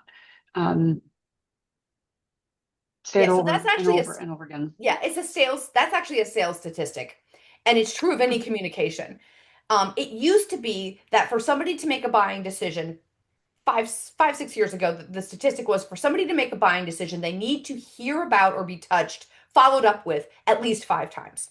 At least 5 times before a buying decision would be made. In the last 5 years, with the new studies that have come out and the new research that's been done, to make a buying decision, somebody needs to be touched or followed up with, so they need to hear the information or be reminded of the information, a minimum, not a maximum, a minimum of 12 times before they're willing to make a buying decision. So every relationship, every conversation, everything inside your company is a sales conversation. I believe this strongly. You are selling your clients on your services. You are selling your employees on your work environment. You are selling your management on its ability to be sustainable. Everything, you're selling them on a change in process. You're selling them on a new idea.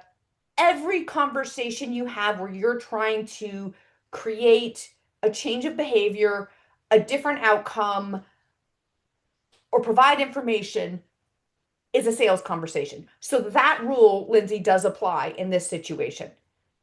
We need to hear things over and over and over and over. And if you think about 12 times, that is a lot of conversations, a lot of times saying the same thing.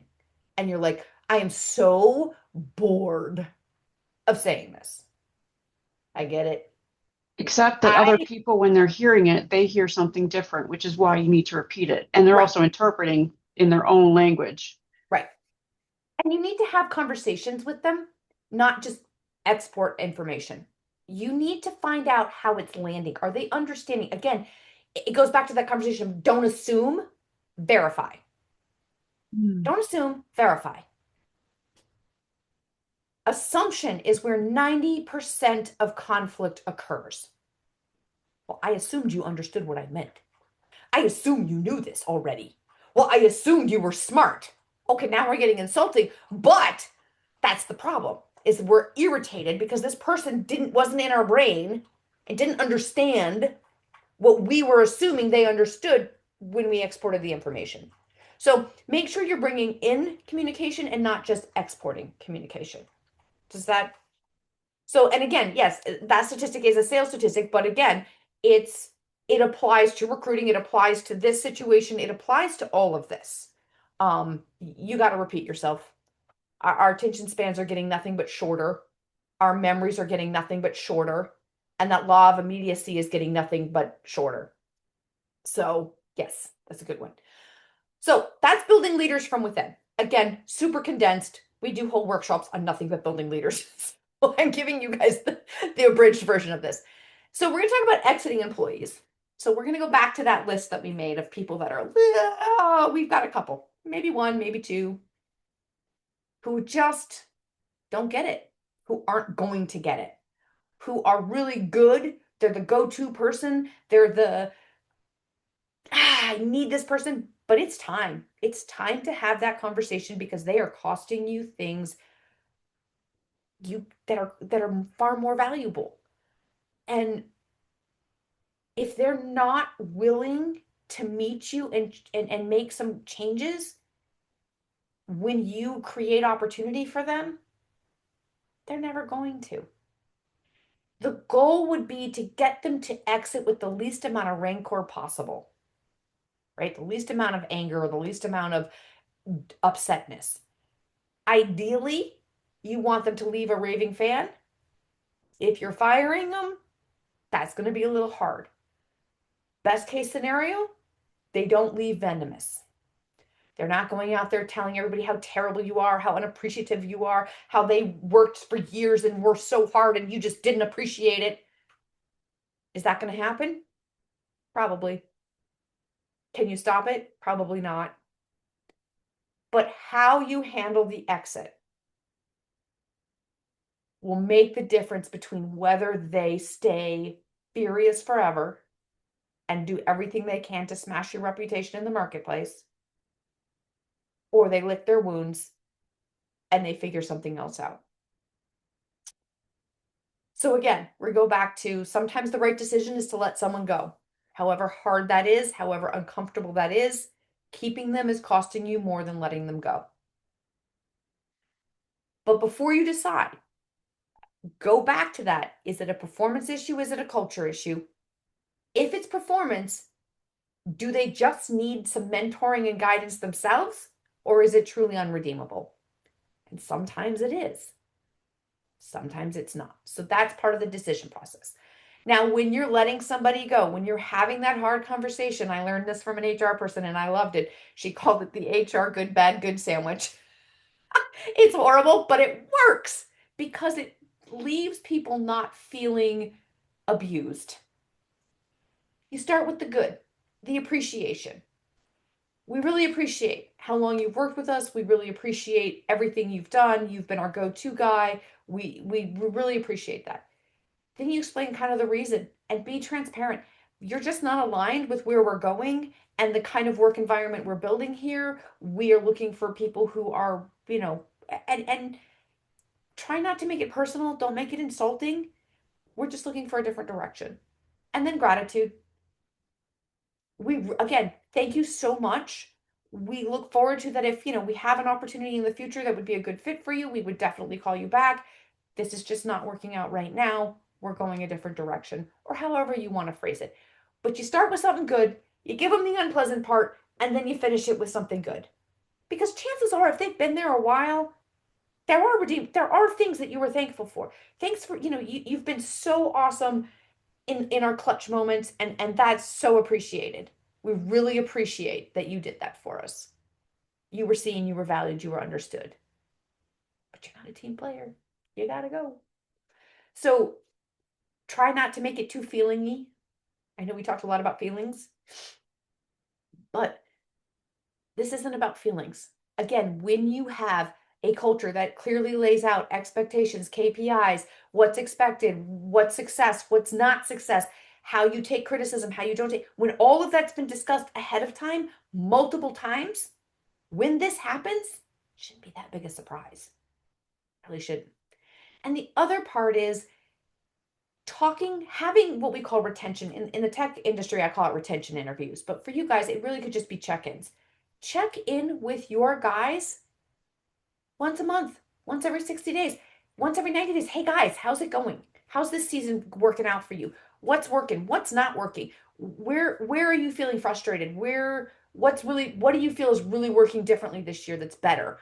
Ask them these questions. Have these conversations, because the more you talk to them, the more frequently you talk to them, and you get them to talk to you, this will happen a lot less. And you can head those issues off before they become a toxic employee. Or you can exit them before they become a toxic employee, because every time we give them a process, they complain about it. Every time we say that they need to change something, they show up with more defiance. Okay, it's time to go. But you've not created a massive problem with somebody who owns so much corporate knowledge, who's the go-to person, but nobody can be around because they're a miserable cur. right? Like, this goes back to that culture piece and that communication piece and that connecting and that creating community. It just all snowballs and makes this part of it a little bit easier. It's never easy to let somebody go. It is the absolute worst part of any management, leadership, ownership, HR job. The worst. It is the one that will gut you every time. I'm not going to lie. There's no fluffy way to do this. You feel heartless, you feel miserable because you are affecting somebody's ability to feed themselves, house themselves, clothe themselves, take care of their people. You know this because you're a human and you live it too. But if they are costing you employees, if they are costing you team morale, client relationships, or your peace, you have to do it. You have to, as hard as it is. Because those things cost you so much more than this one person and that hard conversation. And it'll gut you. And they will be pissed off. And if they're already a toxic employee, chances are they are not going to go gently. It'll be messy. Prepare for that. Have a response for that. Know how to handle it. But exiting somebody who's creating that toxic work environment, which is the number one reason people leave companies, is imperative for the success of the business, for your personal success, for the success of the rest of your team. Rotten apples rot whole barrels. And it sounds weird, but if you ever think about it, there's a lot of truth in that. One rotten piece of fruit slowly rots everything around it. And then all of those rotten pieces rot the next layer out. You have to remove the problem before it rots your organization. Okay, I am done. Paula, I'm going to jump in there for a second. Yeah. We've got so many people listening in, and obviously I would think that it's resonating with some people more than others. I'm really curious if there's any stories or how much this resonates with people, how much they've seen this and how much it can change if they've been brave enough, when they've been brave and had the conversations. I know there's a lot of seasoned managers on this call, so I'm really curious if the level of how much this is resonating. I'll go. I was just thinking about how different terminations they all feel different. So if someone has really made terrible choices and it's all on them, I don't lose sleep at night when I do those ones. Yeah. The ones that I lose sleep over are the ones where you feel like you could have done more to support them or onboarded them better or whatever it may be. What if? Yeah, the what if, those are the ones that definitely hurt. But yeah, if they've done it to themselves, I've done it enough times now that sadly it doesn't bother me as much, but certainly does when it's someone I think could have been we could have done a better job with. Right. And I appreciate that, Scott, because that's very honest. And I think that often happens. That happens far more often than you realize, where we bring on a really good person, but we don't necessarily set them up for the success that they could have. And that's hard. And that's why when we talked about it, I really encourage companies to do that culture health check, to do that process health check, to make sure you have in place and you are maximizing what you can do for every person who comes in to set them up for success. Some people will take it and run with it. Some people will need a little bit of a shove. If you've got to drag them, it's time for them to go. And you don't lose sleep over that, because that is somebody who is choosing the path that they have, and that is a choice. They can choose to show up and be whoever they choose to show up and be. You don't have to tolerate it, put up with it, or support it if it's not in alignment with what you as a company are doing. And on top of that, making sure you're doing as a company as much as you can to create that success. So I appreciate that for sure. The one thing I did forget to say, sorry, I just realized in my summary, is document your exit plans. And again, this is just because exiting somebody always opens you up for potential challenges, legalities, whatever. If you have a clearly documented exit plan, it means that everybody knows how to do it. It's done consistently across the board. And you've documented everything, conversations, emails, corrections, opportunities, rewards, everything has been documented. Because what you never want someone to do is be like, well, I did all this and all my reviews were always positive and now I'm being fired randomly. Letting someone go should really never be a surprise to them because they know, right? Because it's been brought up a few times, because they know that they've missed something. They know that they're not reaching their KPIs. They know that, their attendance has been a consistent problem. They've created conflict with employees too many times because they've been corrected, because it's been documented, it's been made known. Peter?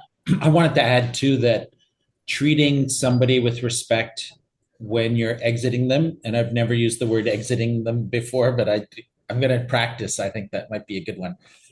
But treating them with respect is important because most of your employees will be friends with other employees. So if you treat them poorly when you let them go, it sends a bad message to everyone else in the company, and that's going to backfire as well. And just because they're not a good fit in your company doesn't mean there isn't a good fit for them out there. My message to employees that aren't a good fit with my company is that this is an opportunity for them to find a better situation for them. They can thrive if they're in a better situation for them.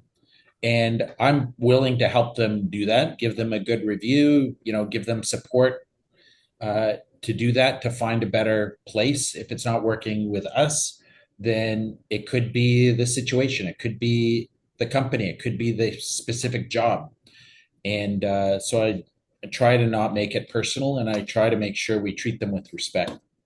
100% that. And when we go through a whole workshop, I do a whole workshop just on exiting employees because it is so fraught with so many challenges. One of the things we talk about is doing it humanely, creating a human aspect to it that is not emotional, not personal, it's not insulting. And it's that's a big part of it. So respect is huge. And again, I talk a lot about raving fan employees, right? If you want raving fan customers, you have to have raving fan employees. And you want them to be raving fans, even if you had to exit them, because they will talk and the marketplace is always smaller than you think it is. And your employer brand depends on those people not saying you're a horrible place to work.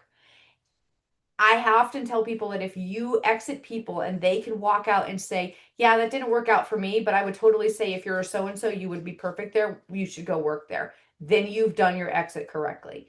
I love that you offer to help them, and that's great so long as there's somebody that you are confident won't reflect poorly on you or your company. I would say the only hesitation there is don't offer referrals or recommendations that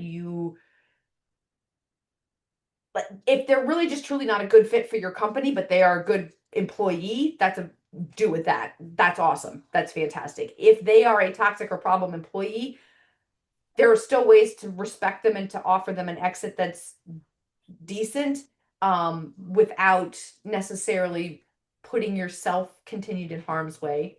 Yeah, no, honesty is important. Yeah. Yeah. And maybe some people are made out to be self-employed. That's do not work well with others. I always say I work really well with people. I'm not so good working for people. And sometimes that's true. Sometimes that works. Or just, sometimes it's just a mismatch in skills and personality. It's sometimes just a mismatch, sometimes it's just a mismatch. And somebody took the job because they just needed the job, and then they got in there and they realized this is not what I want to do, but I need the job, so I'm just gonna, bare minimum it. That's not good either. But anyone else?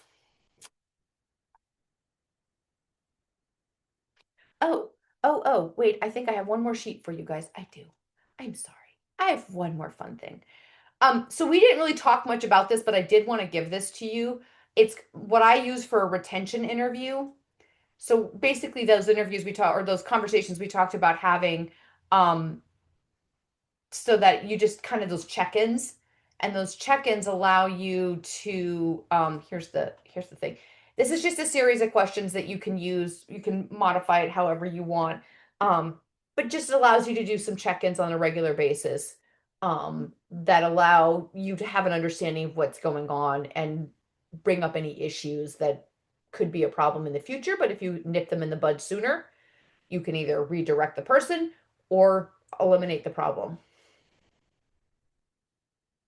All right. So that's the summary. It's just clear onboarding, strong culture, develop your leaders from inside, communicate clearly, consistently, constantly, and document exit plans, document everything, set expectations, communicate those. Career paths, communicate those. Leaders, tell them that you're developing as a leader, that you see a future for them. And does that align with what they want? So it all comes back to communication, which is why it's the foundational piece of our culture. All right. Well, that I'm done. So I don't know if all of your brains are melted and tired or what, but that is what I have for you all today. I hope it's helpful. Please give me some feedback if it was good stuff, something you want more on. Let Lindsay know. I think she had to pop off. We somehow lost Lindsay. I'm Oh, here. she's still I'm here. Oh, there you are. You disappeared off my screen. That was so. As soon as you talked, you reappeared, but that was weird. Magic of Sorry. Zoom. Yeah, Zoom, it does weird things. I'm really curious if anyone has any questions that you might have just dabbled in, but people really want to get a little bit meatier. Just while we've got you for a couple more minutes. As you pointed out, some of this can be really difficult because people are people. You think you're going to zig and they zag. And we've got very many different perspectives and sets of experience on this call. So I'm really curious what questions there are for Habila while we've got you for a few more minutes today.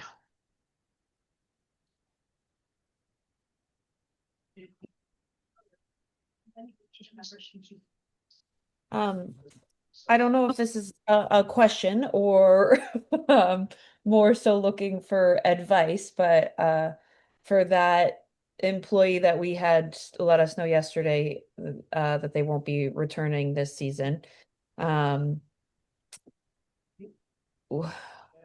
What are some questions I could ask them to get more clear on why and what we could do to improve so that doesn't happen again? So the questions I just put in the retention interview questions I just put in there, I would use some of those. I would ask them questions like, hey, I know that you're not coming back and that's great. Can you tell me why you came back however many seasons? What did you enjoy about working here? What is influencing your decision to not come back? Is there something we could have done differently? Was there something you wanted to learn more about or know more about? Or did you feel, is the schedule not working for you? Like, just ask them, like, get them, and again, open-ended questions. Like, so explain, can you tell me why? Or what was the best thing? Or what was the most frustrating thing? Get open-ended questions create conversation, right? You want to ask them a question and then listen. So get really good at asking questions. And not just asking the question, but waiting for the answer and digging into that a little bit. Letting there be uncomfortable silence. Do not feel the need to fill silence. Get really good at asking a question and then shutting the hell up for a long time. Because let me tell you, 30 seconds can feel like a lifetime. Just, and I am the queen. I am the queen of answering people's questions for them because I just want the answer and I already know the answer. And can we please just get there already? And why are you taking so long to do this? And how come you haven't processed this fast enough? And I'm already 5 questions in, right? That's what happens in my crazy ass brain. Learning to ask the question and then Pause. oh, it's hard. Oh, it's so hard. Breathe. Practice your yoga breathing. Take a minute. Take a sip of your water. No pressure. Just let them get there. Because you've asked them a question they weren't prepared to answer. They need a minute. Ooh, they actually want to know. An old coworker of mine once years ago, Havila, taught me something in behavioral science. It's a 20-second rule, and I put that in the chat, is that people, if you just stop talking for 20 seconds, somebody will break the silence. Yeah. It's just too uncomfortable, so somebody will say something. So You if just, you can our job is not saying Right. anything. Set a timer. 30 seconds. Do not speak for 30 seconds. It will feel like a lifetime, but it works. Kristen, Ego, you had unmuted yourself. I think you have a question or a comment. No, I was just going to ask if you had any tips for people. I know when you need to give them feedback and you know they are going through maybe a tough time in their lives. Obviously, we want to be sensitive to that, but it's affecting in an adverse way their work and their interactions with coworkers. Any tips for, I guess, trying to handle that in a humane way, but also make improvement? Right. I think it comes down to you sort of already hit it all. You have a conversation and you acknowledge that you realize things are rough. I know that things at home right now are a hot mess and you're really struggling to hold it all together. And I see the strength and I appreciate that. I appreciate that you're showing up every day. However, we also as a company need XYZ to happen. And right now that's not happening. So we have two choices. Do you need to take some time off to deal with whatever your problem is? Or can we start to reach these KPIs? Can we start to accomplish these things regularly? I know things are tough, but these have to happen for safety reasons, for business development, for client satisfaction, whatever those reasons are. It's having a really compassionate but blunt. I mean, everybody's afraid of the word blunt, right? Like they're like, that's just mean. Like you're using a blunt object and you're hurting people. No, sometimes it's just being compassion is clarity. Compassion is truthfulness. Compassion is meeting them where they are and saying, I get that you're struggling, but I still need you to show up wholly. And if you can't, then let's have a different conversation. And maybe it's not that you're fired, maybe it's that you're taking a leave of absence. We're going to replace you for a short-term period of time. So that's kind of how I would have it. I mean, it's hard. Yes, it's hard. Part of it is taking your emotion out of it, right? You can be compassionate without feeling that having the conversation is wrong. You have to have these conversations. We are afraid of conflict. We have created a society who does not want to deal with conflict because conflict has become equated with, well, if you say anything other than I'm awesome and perfect, you're being mean. No, sometimes the most compassionate thing you can say is, you are not performing and it's affecting our team's ability to meet our expectations. And we need to have a conversation on how we're going to do this. There's two choices.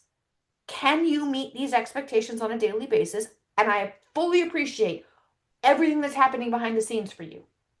Or do you need to take some time off? It doesn't have to be with pay. It can just be an unpaid leave. We're going to give you the time. You will have a job when you're ready to come back. But maybe it's time to step away and deal with whatever's going on here. But I need to work. I need to pay my bills. Great. How can we make sure that you're showing up in the way we need you to here, despite what's happening at home? Does that help? No, that's great. I need to record that and just play it back in my head again before I say it. No, that was great. Thank you. Okay.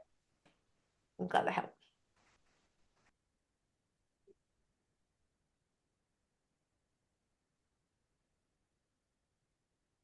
So, Jules, if you download those Google Documents into Word documents and then post them wherever you post them for people, they'll be much easier to access and print and do all that. And then Lindsay, the same thing from the ones from last week, and then they get their whole little booklet. I was going to make it fancy, but again, I don't have an assistant right now, and my technical skills and energy run out pretty quick when fighting MS Office programs.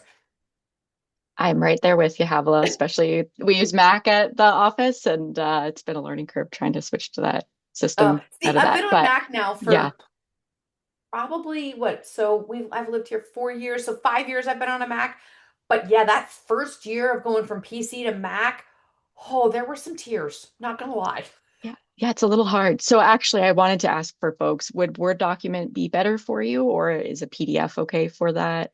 What um it might just take me a little bit longer than today to get those out to you if I need to convert it to So back if to you do it Windows. on a Google Doc Yeah, and you pick download, it gives you at the bottom, there's a drop down of the type of document, the ways that you can export it.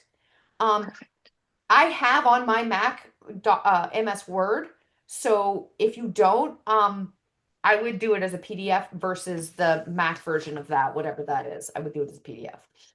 Perfect. Okay. Yeah, I will include the PDFs, but also the links to the Drive sheet so you can download it as Word. IT is still working on getting Office onto my computer, so apologies, folks, but you'll have at least the link and the PDF to Oh, that as well. great.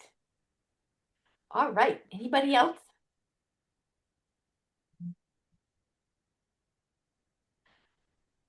All right. I would say then you are free to move about the cabin and return to your day. Hey, Lindsay, if you could stay on for just a second, I just have a couple quick things for you.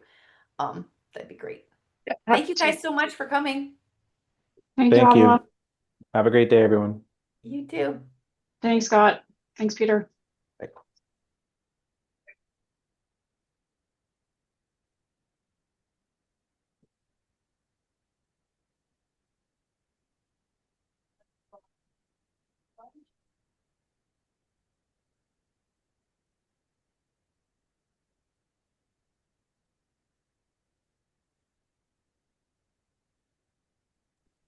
Loved what you said about generations, Havila. That was really good. I Yeah, also I think we was at a forget. conference and learned about Yeah, had a generational expert come in and talk about it, and I was like, this makes so much sense. yeah. Well, I think we forget that like this was a huge collective trauma during like key developmental, like physiological stages for people. And like I know for me, I remember being in fourth year university, sitting alone in my room on my birthday because the world just shut down, right? Like, Yeah. and that was I hadn't got into the workforce yet, so it's stressful being in the workforce now with having like no preparation for what that experience is going to be. And then I Yeah. also think we forget that like COVID actually like causes brain damage for some people and like they might need extra time to process